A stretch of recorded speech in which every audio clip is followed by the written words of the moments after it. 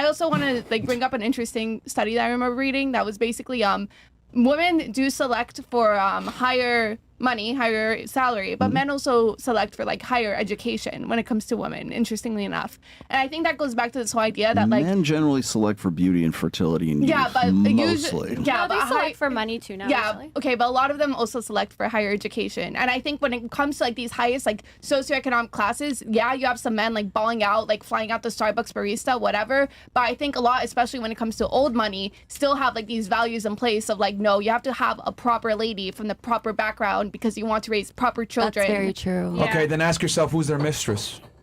Let me ask you this. Let me ask both of you. And let me ask you, if that's the case, if you honest to God think that, why is the marriage rate at 5.1 per 1,000? Why aren't guys just lining up around the fucking block to People get give up on married each other right now? too fast. Why is it? Why, if it's going to make you happier and healthier and all this great stuff that comes after, we're all selecting for, well, we just want the best and we're vetting for intelligence and IQ and education level and everything. Why is it at the lowest recorded level in history? And don't say it's because of the last 5 years of the red pill. Because people I was going to say that, like, I was going to say there was this whole, like, you know, historical, like, or, you know, throughout society, this very strong idea that that's what you have to do. That's what you have to get. You have to get married to be happy. And I think a lot of people that were not in financially stable situations, that were in all sorts of different situations, got married when they weren't stable. And when, guess what, the opportunity to divorce came up, they took it. I think when you look at higher... I can speak to that right now. And this was more to your point, Liv. First, somebody asked me this later on, like what, like in the 60s, and hormonal birth control. One stat that tracks almost identically with the rise of use of hormonal birth control is the divorce rate, right from 1965 through 1975. It is, okay, I know correlation is not causation, but that is one fucking hell of a correlation. So why has the marriage rates not, why have the divorce rates been the same for a while? Yep. Why have the divorce rates not continued? Like, why have they been pretty steady? Because nobody's getting married. Well, so you were asking why, and I think our cultural like conception towards marriage has changed. The narrative around marriage. Because we have one invention that turned the human race upside down, That's which your is we opinion. gave the human reproductive process solely over to one sex, unilaterally to one sex. Not only with hormonal cool birth story. control, but also with free and available abortion. Those are the two inventions really that happened, by the way, in that same decade right there, that essentially. I've said this before, is that it was more damaging to the human race than the atomic bomb. Okay, it has changed more about human society than anything else. So look at all the things that track between 1965 and 1975. You have what happened in 1971. We go off the gold standard. What happened in 1968? We have the no-fault divorce, which of course the conservatives, which I disagree on, say that the problem with the society right now is because we have no-fault divorce. No-fault divorce was meant to facilitate all of the divorces that have been happening as a result of hormonal birth control. So now you've got to have societal changes, legal changes, political changes.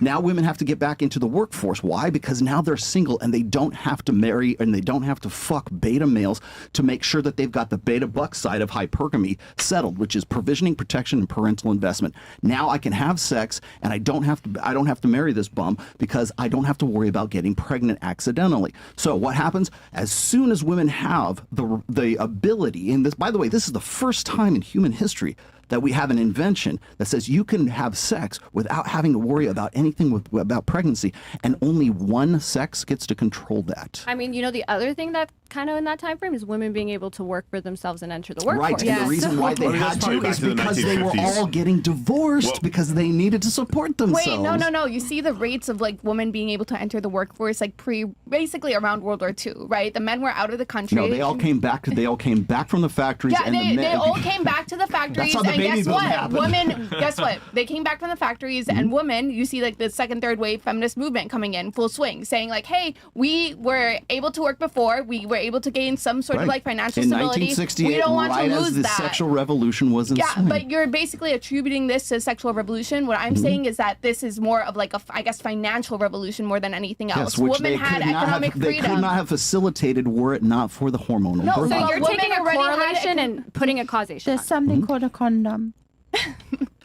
Women had Thank you. economic freedom before Bless your soul. birth control. That's what I'm trying to say. The push for women's economic freedom happened prior to birth control. It seemed like the second that women were able to start bringing like finances into the household and started to gain a bigger salary, this was already a But none of motion it, put in place. I can show you stats right now where the GDP or the real income for families stays the same, but productivity goes through the fucking roof right around 1971.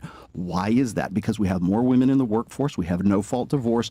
We have the going off the gold standard. Oh, and then by the way, women who weren't allowed to have credit cards up until about 1974, that wasn't as a result of feminism like coming in there. It was because we didn't have to worry about it anymore because we have fiat currency now. So the credit, so ladies, you That's a need really good credit point. cards because now you're going to be single, you're going to be taking care of kids, and you're going to be divorced. And now you're also in the workforce.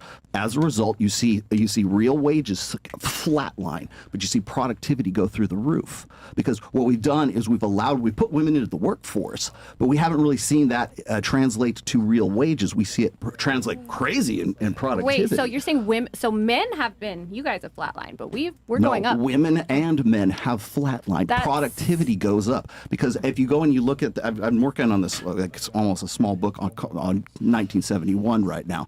So if you look at the societal changes from in the post-sexual revolution society, which by the way we're still in right now. If you look at from 1965 to 1975, just that decade, and you look, we have no fault divorce, we have abortion happens then, we have the rise of hormonal birth control, we have divorce rates skyrocket, we put more women into the workforce.